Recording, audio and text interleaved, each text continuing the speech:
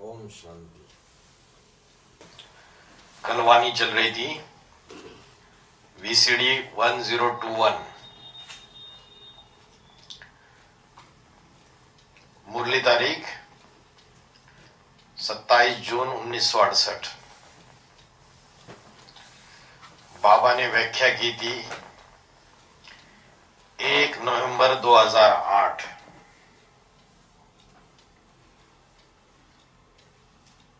बात चल रही थी जिसकी शुरुआत ही दुख से है, उसका आदि मध्य अंत भी दुख में होता है।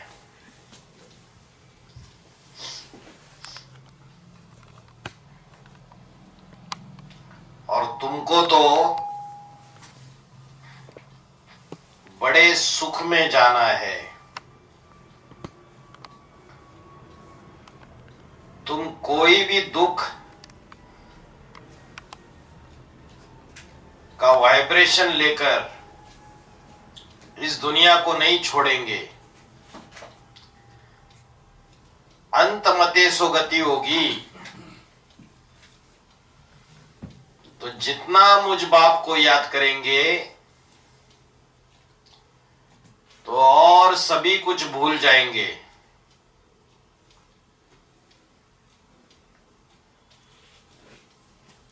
तुमको तो कोई भी याद नहीं रहेगा।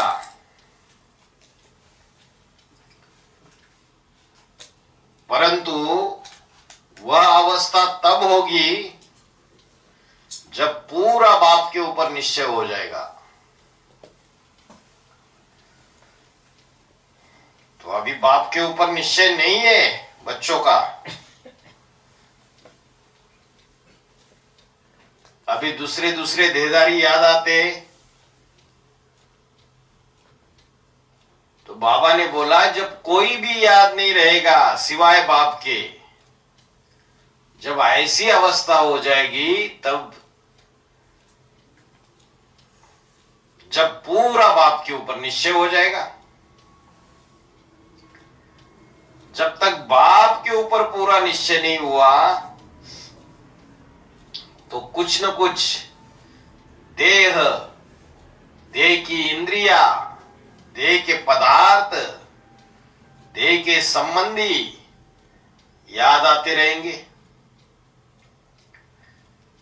निश्चय नहीं होता है तो जरा भी याद ठहर नहीं सकती।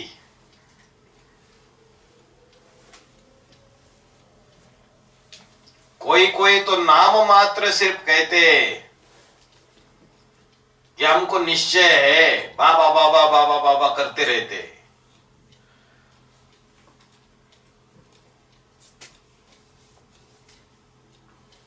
कहते हैं कि अगर हमको निश्चय नहीं है तो हम याद क्यों करते हैं। परंतु बाप कहते सबको एक जैसा निश्चय तो नहीं है।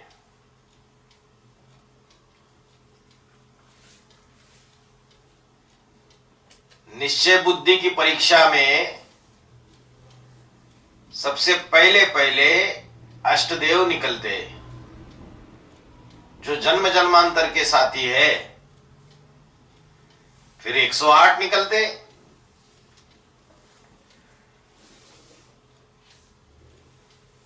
बाप कहते सभी को एक जैसा निश्चय तो नहीं हो सकता। माया घड़ी घड़ी निश्चय को हटा देती है। निश्चय हट जाता है, टूट जाता है तो जैसे के तैसे बन जाते। किन किन बातों के ऊपर निश्चय बताया? कौन सी 4 बातें हैं? अपनी आत्मा के ऊपर निश्चय, बाप के ऊपर निश्चय, ड्रामा के ऊपर निश्चय और ब्राह्मण परिवार के ऊपर निश्चय।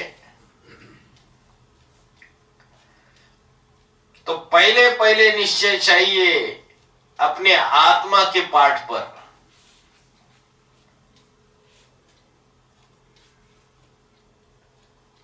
और ड्रामा में जो कुछ भी होता है, अम्मा मर गई, पप्पा मर गया, लड़का मर गया, कुछ भी होता रहे,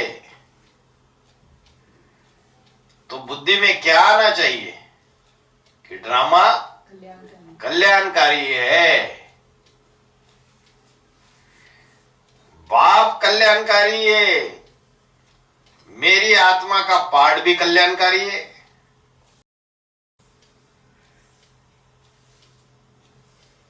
तो वेद की अम्मा ने कब शरीर छोड़ा?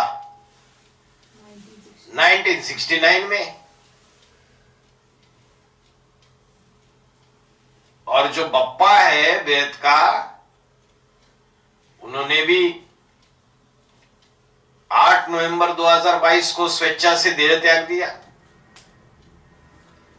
तो ड्रामा कल्याणकारी है या अकल्याणकारी है? कल्याणकारी है। अगर पाप में संशय होगा कि यह हमारा पाप है या नहीं है,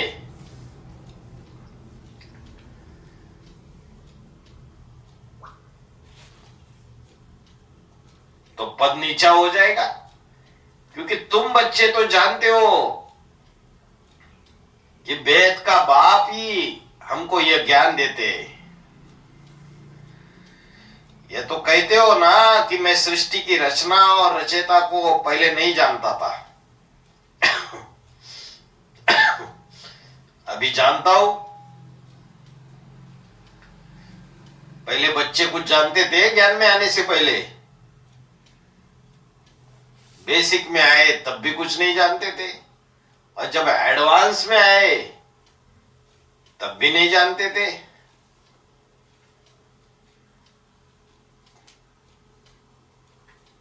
तो यह कहते हैं मैंने 12 गुरु किए।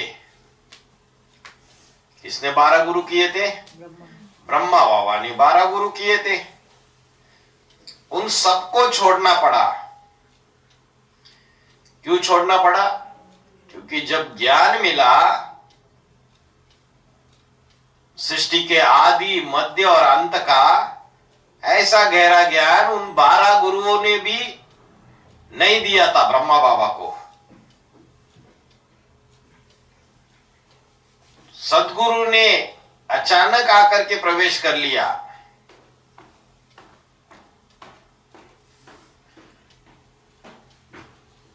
गीता में भी अर्जुन को साक्षात्कार कराया। तो जरूर अर्जुन को साक्षात्कार करने से निश्चय बैठा होगा ना। अभी कोई एक अर्जुन की बात नहीं है, नंबरवार अर्जुन है।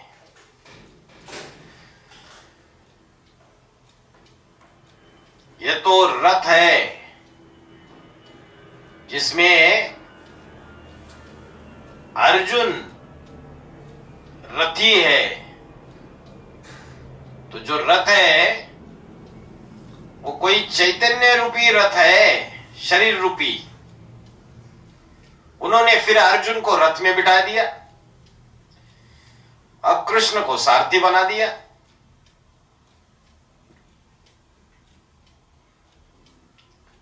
वो तो कृष्ण को भगवान समझते, उनको यह थोड़ी पता है कि कृष्ण भगवान नहीं है। भगवान तो निराकार ज्योति बिंदु स्वरूप है, उस बिंदी का नाम ही शिव है। वह कोई मुकर्रर रथ में प्रवेश करता है तो दिखाते कि अर्जुन को कृष्ण ने ज्ञान दिया। तो क्या एक अर्जुन को दिया?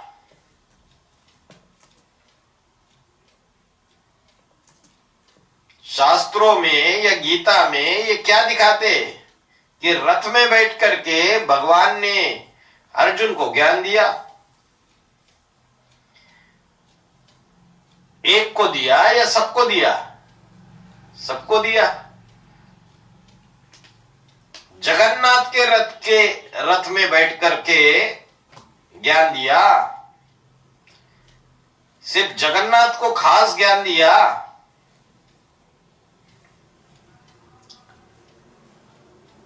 राम और कृष्ण वाली आत्मा उनके जो अंतिम जन्म के शरीर है उसमें शिव प्रवेश करता है, तो क्या उनको लॉटरी मिल जाती है? उनको पुरुषार्थ नहीं करना पड़ता है? करना पड़ता है। ऐसे नहीं कि शिव ने प्रवेश किया तो उनको पुरुषार्थ करने की दरकार नहीं है। तो सब बच्चों को ज्ञान दिया।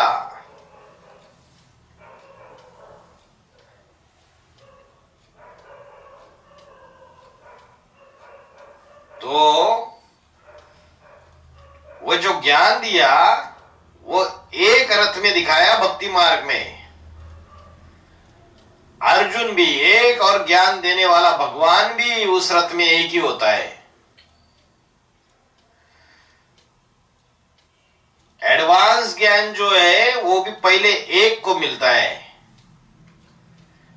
क्योंकि एक ही मुकर्रर रथ में प्रवेश होते, बाद में सब बच्चों को मिलता है।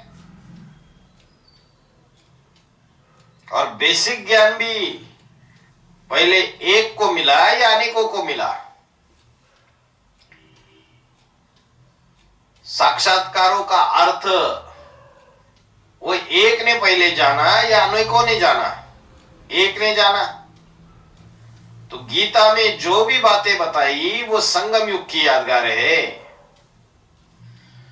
वास्तव में ये कोई स्थूल रथ की बात नहीं है या कोई स्थूल घोड़े की बात नहीं है। ये इंद्रिय आरूपी घोड़े है और रथवान कोई आत्मा है जिसका अपना रथ है। और वो जो रथ है वो विकारी है या निर्विकारी है? विकारी है। और विकारी रथ में जो इंद्रिय रूपी घोड़े हैं, वो जो रथी आत्मा है उसके कंट्रोल से बाहर है।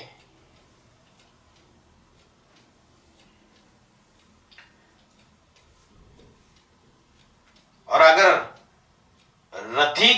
रथी माना आत्मा उसके कंट्रोल में अगर आ जाए वो इंद्रिय रूपी घोड़े, तो फिर उसको पतित कह सकते हैं?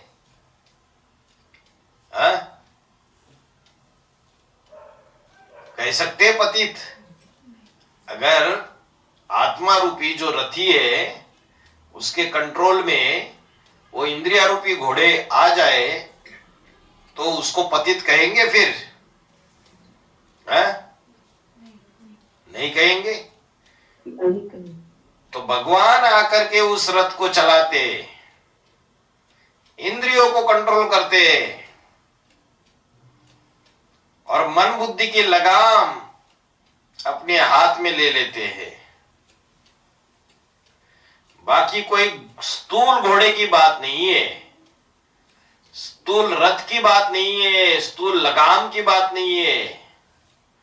और यह अर्थ ना समझने के कारण ये सारी गीता झूठी हो गई।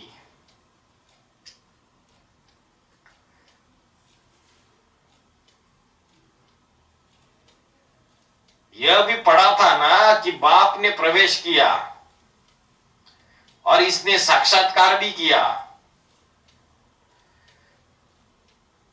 तो ब्रह्मा बाबा तो साक्षात्कारों के अर्थ जानते ही नहीं थे।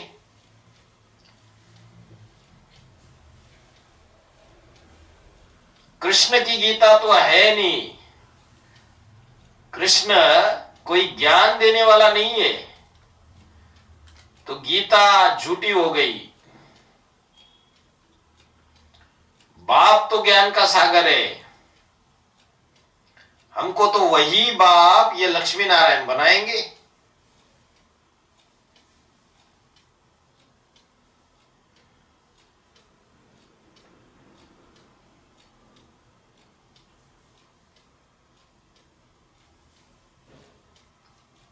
तो भविष्य में आने वाला जो बाप का पार्ट है, ब्रह्मा को या कृष्ण की आत्मा को, उनको लक्ष्मी नारायण बनाता है। उस समय कागज की गीता के ऊपर गुस्सा करते और फिर कागज की गीता फेंक दी। अभी तुम समझते हो कि जब गीता ही झूठी तो सारे शास्त्र झूठे हो जाते। गीता है माई बाप, माई भी है और बाप भी है। वो बाप ही है जिसको त्वमेव माता च पिता कहा जाता है। ब्रह्मा के तन में मुरली के रूप में माता है और मुकर्रर रथ में बाप है, मुरलियों का क्लैरिफिकेशन करने वाला। जो मुरली रूपी गीता है उसके रोम रोम को पहचानने वाला है। तो माता के रोम रोम को कौन पहचानेगा? बच्चा पहचानेगा या बाप पहचानेगा? है? बाप पहचानेगा। ब्रह्मा बाबा ने मुरलिया तो शिव बाबा ने ब्रह्मा के मुख से बताई, लेकिन उन मुरलियों की जो गहरी क्लैरिफिकेशन है वो ब्रह्मा की बच्चा बुद्धि में नहीं बैठी। तो जो मुरलिया रूपी गीता है उसके रोम रोम को जानने वाला वो बाप है, वही पहचानेगा। वो बाप ही बच्चों की रचना रचते हैं, बच्चों को एडॉप्ट करते। बाप कहते हैं इनकी भी वानप्रस्थ अवस्था होती है तब मैं प्रवेश करता हूं।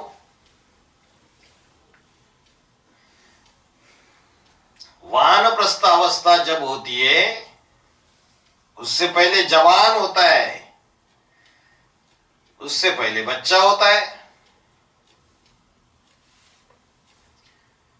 तो वानप्रस्थ अवस्था जो है वो विकारी बनने से के बाद होगी या पहले होगी?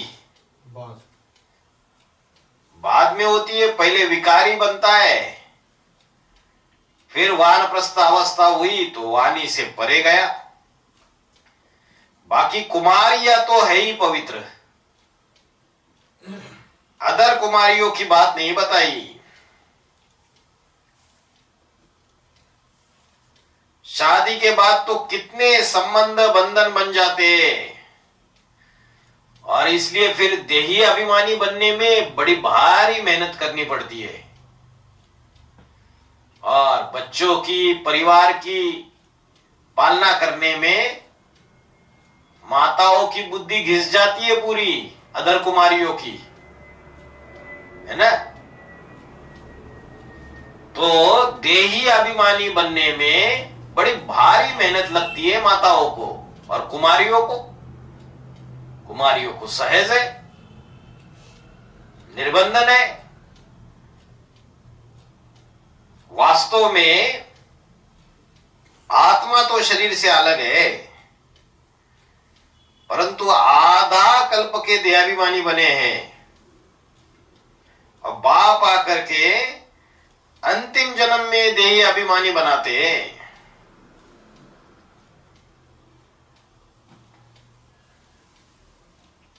तो अंतिम जन्म में देह अभिमान बढ़ जाता है या घट जाता है? 63 जन्म नीचे उतरते आए सीढ़ी से, तो अंतिम जन्म में सबसे ज्यादा दुर्गति में जाएंगे ना, सबसे ज्यादा दुर्गति में जाएंगे। तो देहाभिमान बहुत ज्यादा बढ़ जाता है, तो बहुत मुश्किल भासता है आत्माभिमानी बनने में। कोई कोई कहते हमारी तो आत्मिक स्थिति बनती नहीं है, कोई कहते हमारी तो बुद्धि स्थिरियम ही नहीं रहती है, मन यहाँ वहां भटकता रहता है, बाबा की याद टिकती ही नहीं है। तो मुश्किल भासता है आत्माभिमानी बनने में, तो बहुत तपस्या करनी पड़ेगी, तीव्र ज्वालामुखी योग, तब तक पाप कर्म भस्म नहीं होंगे। तो कितने थोड़े बच्चे पुरुषार्थ करने के लिए तैयार होते हैं और फिर कितने थोड़े पास होते। शास्त्रों में भी लिखा हुआ है, कोटों में कोई और कोई में कोई, 8 ही निकलते जो पूरा पूरा पास होते हैं। मना 8 ही पूरी पढ़ाई पढ़ते और बाकी सब अधूरी पढ़ाई पढ़ते।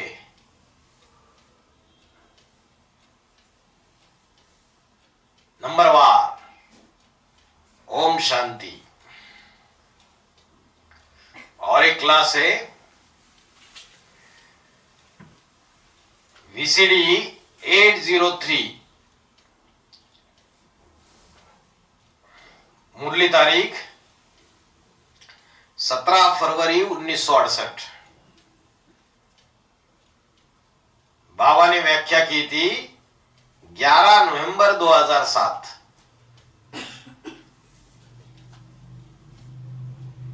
सत्रह फरवरी 1968 का प्रातः क्लास है। रूहानी बाप बैठ रूहानी बच्चों को कहते हैं, देखो हम तुम सभी बच्चों को आप समान बनाने आया हूं।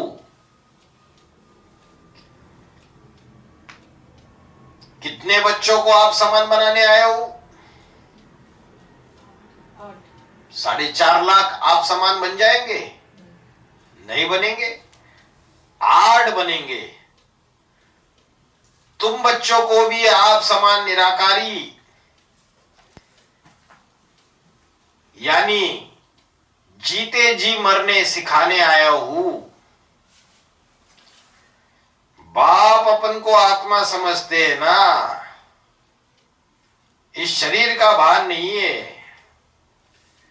शरीर में रहते हुए भी शरीर का भान नहीं है, तो तुम बच्चे भी शरीर का भान निकालो,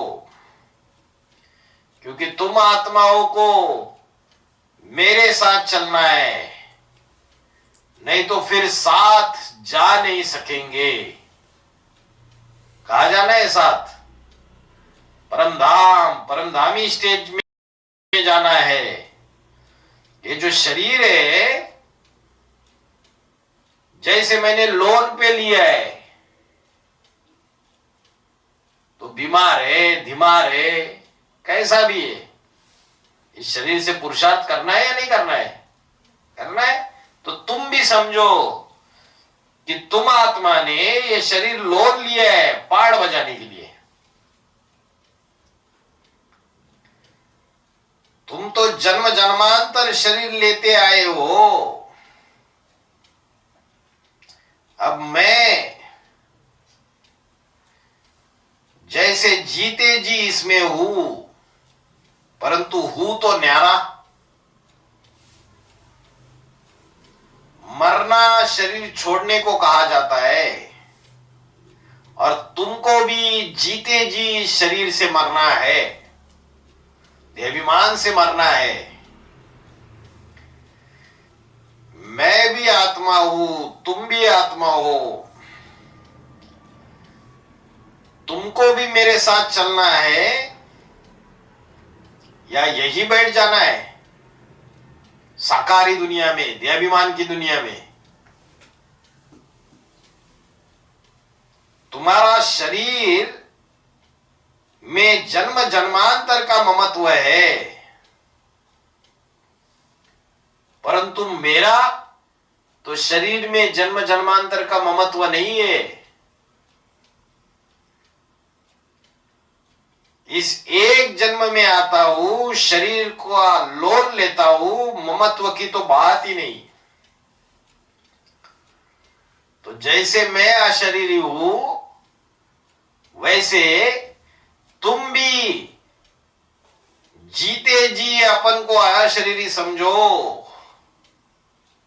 और अशरीरी समझेंगे तो कोई ने ग्लानि की, कोई ने अपमान किया, कोई ने निंदा की, तो असर पड़ेगा? नहीं पड़ेगा। हमको अभी बाबा के साथ जाना है, जैसे बाबा का ये पुराना शरीर है, हम आत्माओं का भी ये पुराना शरीर है।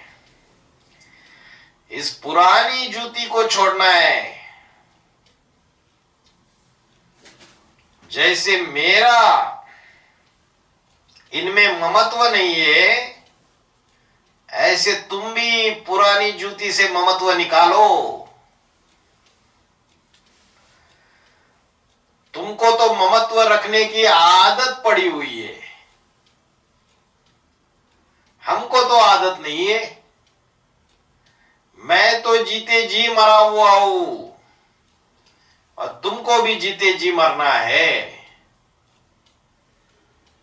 मेरे साथ चलना है तो अभी ये प्रैक्टिस करो। शंकर जी को क्या दिखाते चित्रों में? लंगोटिया, बैरागी लंगोटिया। मस्त गिरधर गोपाली ना लोटा ना थाली।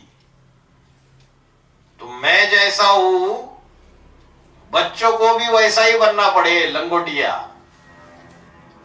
तो तुमको मेरे साथ चलना है तो अभी ये प्रैक्टिस करो।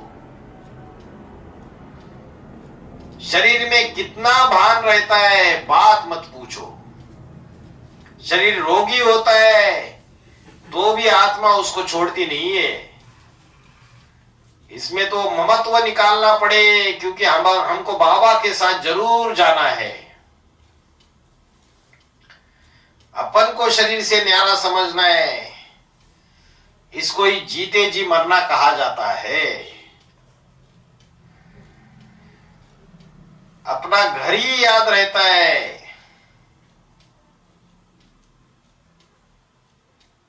तुम इस शरीर में जन्म जन्मांतर रहते आए हो तो तुमको हेर पड़ जाती है। मैं तो इसमें आता हूं टेम्पररी, तो मरकर चलना अर्थात अपन को आत्मा समझकर चलने से कोई भी देहधारी में ममत्व नहीं रहेगा। सभी सेंटर्स पर अक्सर करके किसी न किसी का किसी में मोह जाता है। सबका नहीं हो जाता, लेकिन किसी न किसी का मोह सभी सेंटर्स पर हो जाता है। फिर उसका रिजल्ट होता है कि बस उसको देखे बगैर वह रह नहीं सकेंगे। ये देहदारी की याद एकदम नीचे गिरा देगी। बड़ी ऊंची मंजिल है। तो ब्रह्म कुमारियों में भी ऐसी घटनाएं हुई या नहीं हुई? हुई। मोह में फंस गई। और जो प्रजापिता ब्रह्म कुमारी है, अच्छी अच्छी सेवाधारी, वो भी कहीं न कहीं ब्राह्मण परिवार के अंदर किसी न किसी के मोह में फंस गई। तो बाबा ने बोला देहदारी की याद एकदम नीचे गिरा देगी। बड़ी ऊंची मंजिल है। खाते पीते जैसे कि मैं इस शरीर में हूं ही नहीं, वो अवस्था पक्की करनी है। तभी 8 की माला में आ सकते।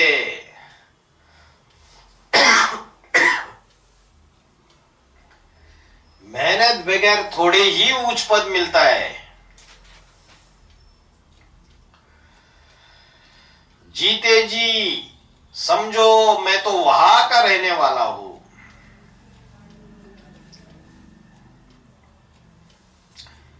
जैसे बाबा इसमें टेम्पररी बैठा है, हम भी इस शरीर में टेम्पररी हूं।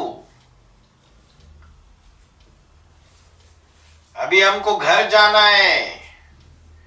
घर भी प्यारा लगता है, राजाई भी प्यारी लगती है। जब तक देह का भान नहीं छूटा है तब तक मुक्ति कैसे पाएंगे? तो इस शरीर का भान एकदम छोड़ दो। क्योंकि तुमको मेरे साथ चलना जरूर है। देहाभिमान नहीं छोड़ेंगे तो भी लेकर के जाऊंगा। कैसे लेकर के जाऊंगा?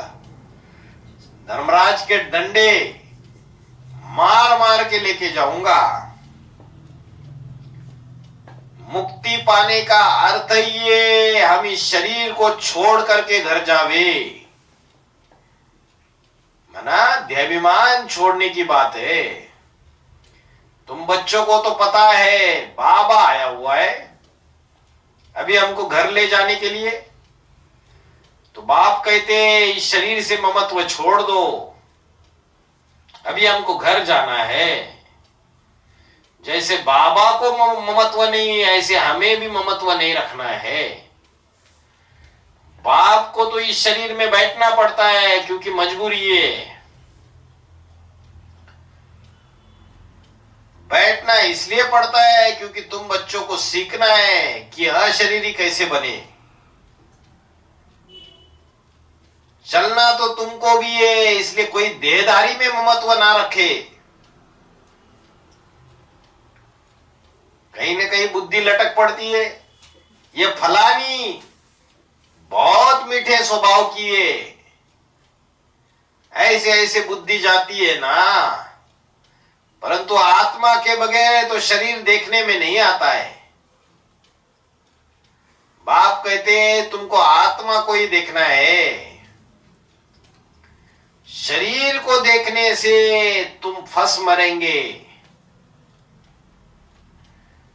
बड़ी भारी मंजिल है, प्रैक्टिस करनी है आत्मा को देखने की।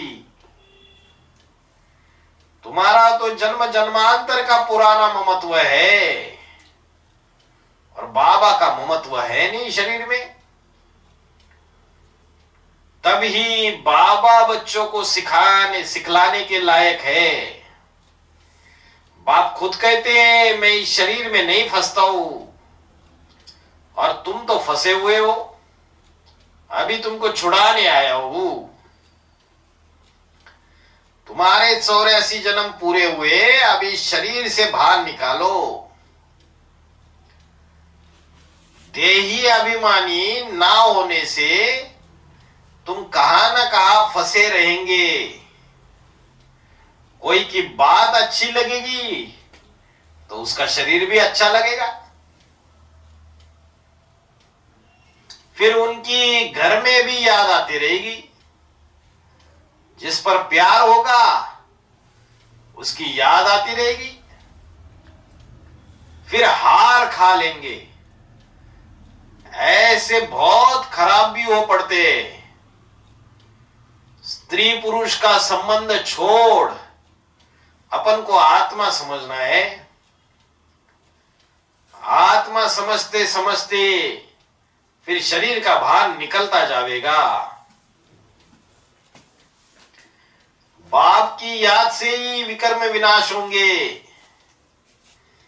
देह का भान भी छूटेगा, और देह का भान छूटने के साथ ही साथ पूर्व जन्मों के पाप कर्म भस्म होते जाएंगे।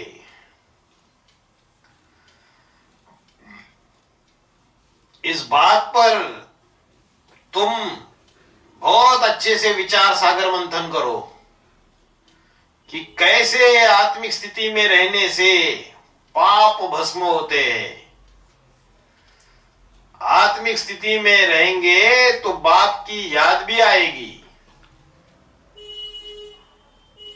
बाबा ने मुरली में बोला है, अगर अपन को तुम आत्मा समझोगे तो परमात्मा बाप तुमसे दूर नहीं है। विचार सागर मंथन किए बगैर तुम उछल नहीं सकेंगे। अपनी घोट तो नशा चढ़े, यह पक्का नहीं होगा। हमें बाबा के पास जाना जरूर है। मूल बात ये याद की, अभी हमारा 84 का चक्र पूरा हुआ, अभी फिर शुरू होना है। हमें घर तो जरूर जाना है। इस पुरानी देह से ममत्व नहीं मिटाया तो फिर फंस मरेंगे, या तो अपने शरीर में, या मित्र संबंधी के शरीर में, या किसी बाहर के भाई बहन में फंस मरेंगे। ऐसा भी होता है, अपनी स्त्री फर्स्ट क्लास होते हुए भी दूसरी काली से दिल लग जाती है। कहावत क्या है, दिल लगी गधी से तो परी क्या चीज है। तो उसमें फंस मरते। बाप तो बहुत अनुभवी है, अभी तो तुमको यहां कोई से दिल नहीं लगानी है। अभी नए संबंध बनाने का समय है, या जो हिसाब किताब बने हुए, जो अनेक संबंध अनेक जन्मों के बने हुए, उनको तोड़ने का समय है। क्या है? तोड़ने का समय है। या तुमको कोई से दिल नहीं लगानी है, अपन को आत्मा समझ बाप से दिल लगानी है। हम आत्मा भी निराकार, बाप भी निराकार। आधा कल्प में भक्ति मार्ग में बाप को ही याद करते आए हो ना, परंतु वह जानते नहीं थे, पहचानते नहीं थे। हे प्रभु कहने से शिवलिंगी सामने आता था, परंतु कोई देहधारी को तो प्रभु कह न सके। सभी शिव के मंदिर में जाते, उनको परमात्मा समझते। ऊंचते ऊंच भगवान तो एक ही है, ऊंचते ऊंच अर्थात परम धाम में रहने वाला। भक्ति भी पहले व्यभिचारी होती है, फिर व्यभिचारी भक्त बन पड़ते। तो बाप बार बार बच्चों को समझाते, तुमको उच्च पद पाना है तो निराकारी बनने की प्रैक्टिस करो, देह का भान छोड़ दो। सन्यासी भी विकारों को छोड़ते हैं ना। आगे तो सन्यासी भी सतो प्रधान थे, अभी तो वह भी तमो प्रधान बन पड़े। बड़े बड़े प्राइवेट जेट, एरोप्लेन, हेलीकॉप्टर्स लेके घूमते रहते विदेशों में। जो सतो प्रधान आत्मा होती है, उसकी निशानी होती है कि वह कशिश करती है, क्योंकि आत्मा पवित्र है। सतो प्रधान आत्मा कशिश करती है, क्योंकि प्यूरिटी होती है, और जहां प्यूरिटी होगी तो खींचेंगे, आकर्षित करेंगे। तो पवित्र आत्मा अपवित्र आत्माओं को खींचती है। भल पूर्व जन्म में आते तो भी पवित्र होने के कारण खींचते, कितने उनके फॉलोअर्स बन जाते। जितनी जितनी पवित्रता की ताकत जास्ती, उतने बहुत फॉलोअर्स बनेंगे। और बाप तो है ही एवर प्योर। बाप आते तो एवर प्यूरिटी के कारण अनेक अनेक फॉलोअर्स क्यों नहीं बन जाते?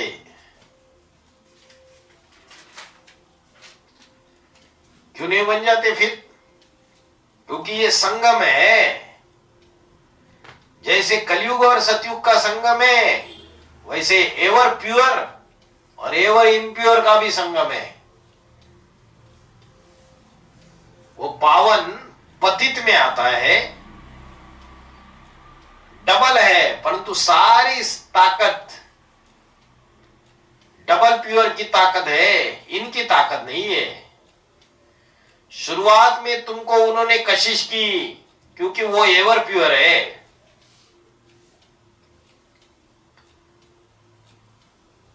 शुरुआत में ही कशिश इसलिए की क्योंकि शुरुआत में पार्ट कुछ और था, और बाद में पार्ट बदलता गया।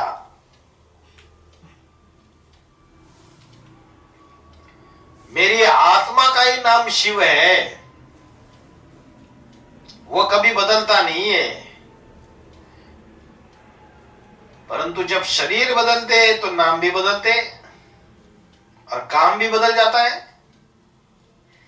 तो यज्ञ के आदि में और फिर मध्य में शरीर बदलते गए, बदले ना। यज्ञ के आदि में सेवक राम का शरीर छोड़ दिया, फिर मध्य में जो बाप के द्वारा जो क्लैरिफिकेशन का पार्ट बजाया, वो जो शंकर का शरीर था उसको भी स्वेच्छा से त्याग दिया। अभी तुम जानते हो कि तुम कोई इनके पिछाड़े नहीं भागे। इनके माना दादा लेखराज ब्रह्मा के पिछाड़ी नहीं गए भागे। इनके माना एक वचन है या बहुवचन है? बहुवचन है। तो दादा लेखराज ब्रह्मा के पीछे भी नहीं भागे, और जो शंकर का पाठधारी है उसके तन के पीछे भी नहीं भागे। ये तो कहते हैं मैं तो पतित था। जो गृहस्थी होगा वो जरूर पतित ही होगा। सबसे ज्यादा 84 जन्म ये प्रवृत्ति मार्ग में रहा, तो यह तो खींच नहीं सकता। वो खींच सकता है आत्माओं को जो पतित है? नहीं। बाप कहते हैं मैंने तुमको खींचा है। जैसे जीसस क्राइस्ट है, उसमें पतित कौन है? और जो परम धाम से पहली बार उतरने वाली पवित्र आत्मा कौन है? कौन पतित है और कौन प्योर था? जीसस पतित है, और ऊपर से आने वाली पवित्र आत्मा जो है वो क्राइस्ट की है। तो खींचा किसने? नीचे वाले ने खींचा या जो ऊपर से आई उसने खींचा? जो ऊपर से आई उसका प्यूरिटी का जब संग हुआ वो नीचे वाले को, तो उससे आत्माएं आकर्षित हो गई। अच्छा, लेकिन ज्ञान किसने दिया? ऊपर वाले क्राइस्ट ने दिया या नीचे वाले जीसस ने दिया? है? ऊपर वाला क्राइस्ट तो सतयुग त्रेता युग में आता ही नहीं, उसके अंदर वो ज्ञान है ही नहीं। जब ऊपर वाली पवित्र आत्मा नीचे पतित शरीर में प्रवेश करती है तो उसके संग के रंग से वो जो पतित शरीरधारी है जीसस का, उसकी आत्मा की रिकॉर्ड खुलने लगती है। जब पतित होते, दुखी होते तो भगवान को याद करते, और जो उसके संगम युग में उसने भगवान से जो पढ़ाई पढ़ी थी, जितनी पढ़ाई पढ़ी थी वही इमर्ज होने लगती है, और वही आके वो बांटता है ज्ञान सबको। तो बाप कहते हैं मैंने तुमको खींचा है। तुमको इसकी तो याद भी नहीं आनी चाहिए, क्योंकि यह साकार है। किसकी याद नहीं आनी चाहिए? ब्रह्मा की। अभी तो साकार में निराकार को याद करना, ये पढ़ाई जा रही है। और यह बोला कि मैंने तुमको खींचा है, ये कहने वाला कौन है कि मैंने तुमको खींचा है? सुप्रीम सोल शिव है। तुमको इस साकार की तो याद भी नहीं आनी चाहिए। जो ब्रह्मा बाबा है उन्होंने जब तक भी पुरुषार्थ किया, वो साकारी अवस्था में पुरुषार्थ किया या निराकारी स्टेज बना पाए अपनी? साकारी अवस्था में। ब्रह्मा के जितने भी फोटो है ब्रह्म कुमारी बड़े बड़े सेंटर्स में, वो साकारी अवस्था के चित्र दिखाए। ब्रह्मा की आत्मा निराकारी स्टेज में टिक भी नहीं पाती है, लेकिन जो शंकर पाठधारी है वो निराकारी स्टेज में टिकता है। और शंकर को फॉलो करने वाले जो 8 शंकर जैसे बच्चे हैं अष्टदेव, वो भी निराकारी स्टेज में टिकने के अभ्यासु है या नहीं है? है दूसरों के मुकाबले सबसे ज्यादा। तो बोला तुमको इस साकार को तो याद भी नहीं आनी चाहिए, इनका चित्र भी नहीं रखना चाहिए। इनका बोला बल सन्यासी पवित्र रहते, परंतु मेरे जैसा पवित्र तो कोई नहीं होता। मैं जितना एवर प्योर हूं उतना पवित्र मेरे जैसी प्यूरिटी और कोई में हो नहीं सकती,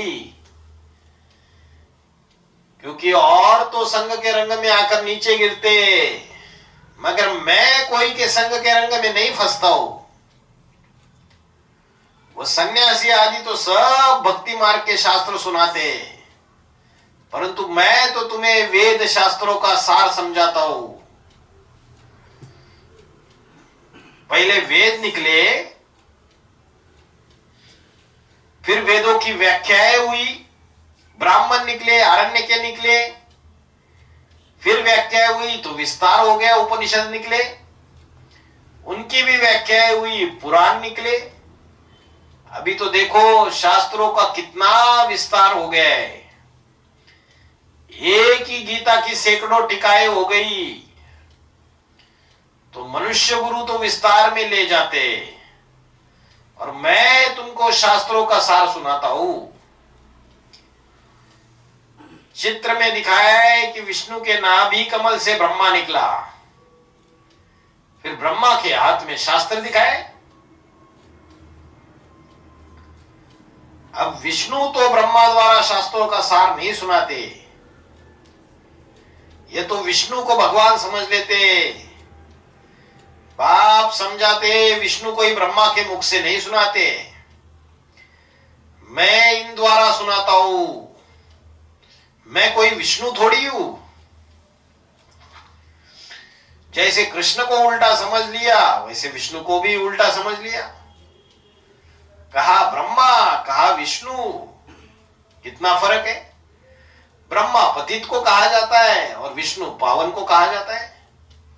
84 जन्मों के बाद फिर यह पतित ब्रह्मा और पावन विष्णु का संगम होगा। ये तो नई नई बातें हैं, कितनी वंडरफुल बातें समझाने की।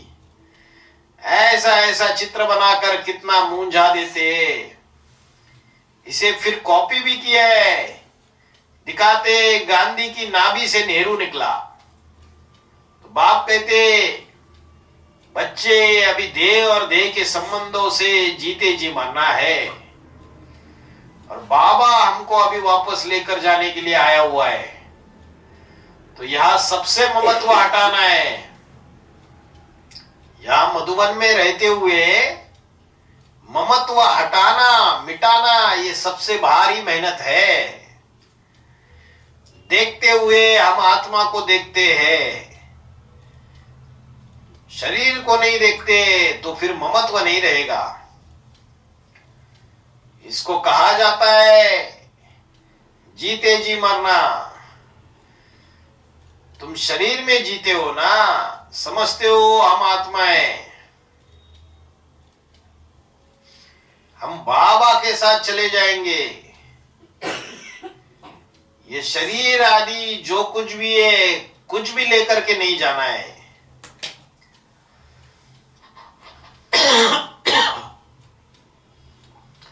अभी बाप आया हुआ है, तो कुछ नई दुनिया में ट्रांसफर करेंगे ना। अभी हम अपना सब कुछ नई दुनिया के लिए ट्रांसफर करते, कोई भी ममत्व ना रहे, मनुष्य दान पुण्य आदि करते दूसरे जन्म में पाने के लिए। तुमको तो इस पुरानी दुनिया में नहीं मिलना है, नई दुनिया में ट्रांसफर होकर के मिलेगा। तुम साक्षी होकर देखते रहेंगे, कुछ भी कहने की भी दरकार नहीं है। फिर बाप यह भी समझाते जो कुछ करते उसका भी अहंकार नहीं आना चाहिए। अरे तुम देते हो या वापस लेने के लिए देते हो? कोई बैंक में पैसा जमा करता है तो किसी को अहंकार आता है कि हमने बैंक को दे दिया। यह भी ईश्वरीय बैंक है, तुम वहां जाकर के लेंगे ना। अगर किसी के बुद्धि में ये बात भी आती है कि हमने इतना दिया यज्ञ में,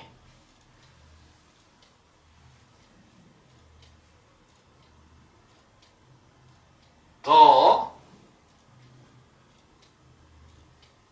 दिया और फिर मन में आया वापस लेने की बात, तो भी चांडाल बनने का शूटिंग होगा। तो बोला हम आत्मा ये शरीर छोड़कर ही जाएंगे और वहां नई दुनिया में जाकर बाबा से लेंगे। मरने वाले तो बहुत है ना,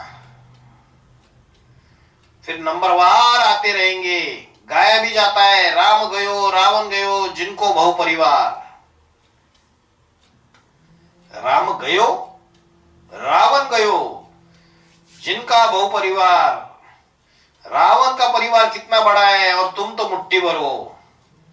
सारी रावण संप्रदाय है और तुम्हारा राम संप्रदाय कितना थोड़ा है। कितना है राम संप्रदाय? सूर्यवंशी और चंद्रवंशी। तो एडवांस पार्टी के अंदर भी कितनी आत्माएं होगी? 10% सूर्यवंशी और 10% चंद्रवंशी। मतलब 100 में से 20 होंगे, 1000 में से 200 होंगे और 10,000 में से 2000 होंगे। अभी एडवांस पार्टी में 30-40 हजार होंगे, तो कितने हो गए? 6-7 हजार, है ना? तो राम संप्रदाय कितने हैं? सूर्यवंशी और चंद्रवंशी। तुम पृथ्वी के सितारे हो ना, माँ बाप और तुम बच्चे। तो बार बार बाप समझाते बच्चों को मर्जीवा बनने की कोशिश करो। देखा जाता है कोई अच्छी कुमारी या युवा माता देखते हैं तो उनकी देह में ममत्व हो जाता है। अरे ये तो बड़ी अच्छी चीज है, कितना ललचाए मानी होती है। दिल में आता है ये तो बहुत मीठा समझाती है। माया ललचा देती है। तकदीर में नहीं है तो फिर माया सामने आ जाती है। आत्मा को नहीं देखेंगे तो देह में फंस मरेंगे। उनको फिर कितना भी समझाओ और ही उनका गुस्सा बढ़ता जाएगा। यह नहीं समझते कि हमें यह देहबान से छुड़ाते। तकदीर में नहीं है तो जोर से समझाने से और ही टूट पड़ते। बाबा अगर किसी बच्चे को समझाते भी है तो टूट जाते ज्ञान से, इसलिए बाप प्यार से चलाते। कोई की दिल लग जाती है तो बात मत पूछो, जैसे कि पागल हो जाते। बस मैं तो फलाने से ही शादी करूंगा। यहां भी आकर रहते हैं और कहते हैं हमारी फलाने से शादी कराओ। एडवांस पार्टी में भी ऐसे केसेस हुए होंगे या नहीं होंगे? हुए होंगे। कहा जाता है चुप होकर के बैठो नहीं तो यहां से भाग जाओ। ऐसे ऐसे भी होते। माया एकदम बेसमझ बना देती है। इसलिए बाप कहते किसी के भी नाम रूप में नहीं फंसना है। सदैव समझो मैं आत्मा हूं। एक ही बाप है जो कि देही है, उनसे ही प्यार रखना है। बड़ी मेहनत है। बाबा की मुरली तो सभी केंद्र पर सुनेंगे, परंतु कोई की भी देह में ममत्व ना हो। ऐसे भी नहीं है कि घर में बैठे बैठे वो ज्ञान देने वाले याद पढ़ते रहे। ये बहुत मीठी है, बहुत अच्छा समझाती है। अरे मीठा तो ज्ञान है ना, मीठी आत्मा है। शरीर थोड़ी ही मीठा होता है, शरीर तो विनाशी है। आत्मा निकल जाए तो शरीर क्या करता है? सड़ान मारेगा, बदबू आएगी, आत्मा निकल जाती है, चलो तमो प्रधान आत्मा हो जाती है, तो सठान नहीं मारती है। शरीर और आत्मा, बात करने वाली आत्मा है ना, शरीर पर आशिक नहीं होना चाहिए। हा? आशिक किसके ऊपर होना चाहिए? अपनी आत्मा के ऊपर आशिक होना चाहिए। इसलिए बाबा कहते हैं, मेरा फोटो आदि भी मत रखो, बाबा का भी मत रखो, और बच्चे अपना भी फोटो नहीं रखे। बहुत बच्चे ऐसे हैं जो अपने फोटोग्राफ्स फेसबुक पे, इंस्टाग्राम पे, अलग अलग जगह, व्हाट्सएप की डीपी पे डाल के रखते। माताएं भी डालती है। तो देह से ममत्व हटा रहे या और देहाभिमान में फंसते जा रहे। जो बीज रूपी आत्मा है, उनको अपने देह का प्रदर्शन करना है ताकि दूसरों के संकल्प चले। अभी दूसरों को अपने चंगुल में फंसाना है या खुद को बाप के चंगुल में फंसाना है? क्या करना है? खुद को बाप का बनाना है। तो बोला, बाबा कहते हैं फोटो आदि भी मत रखो। अगर फोटो आदि रखेंगे तो फंस मरेंगे।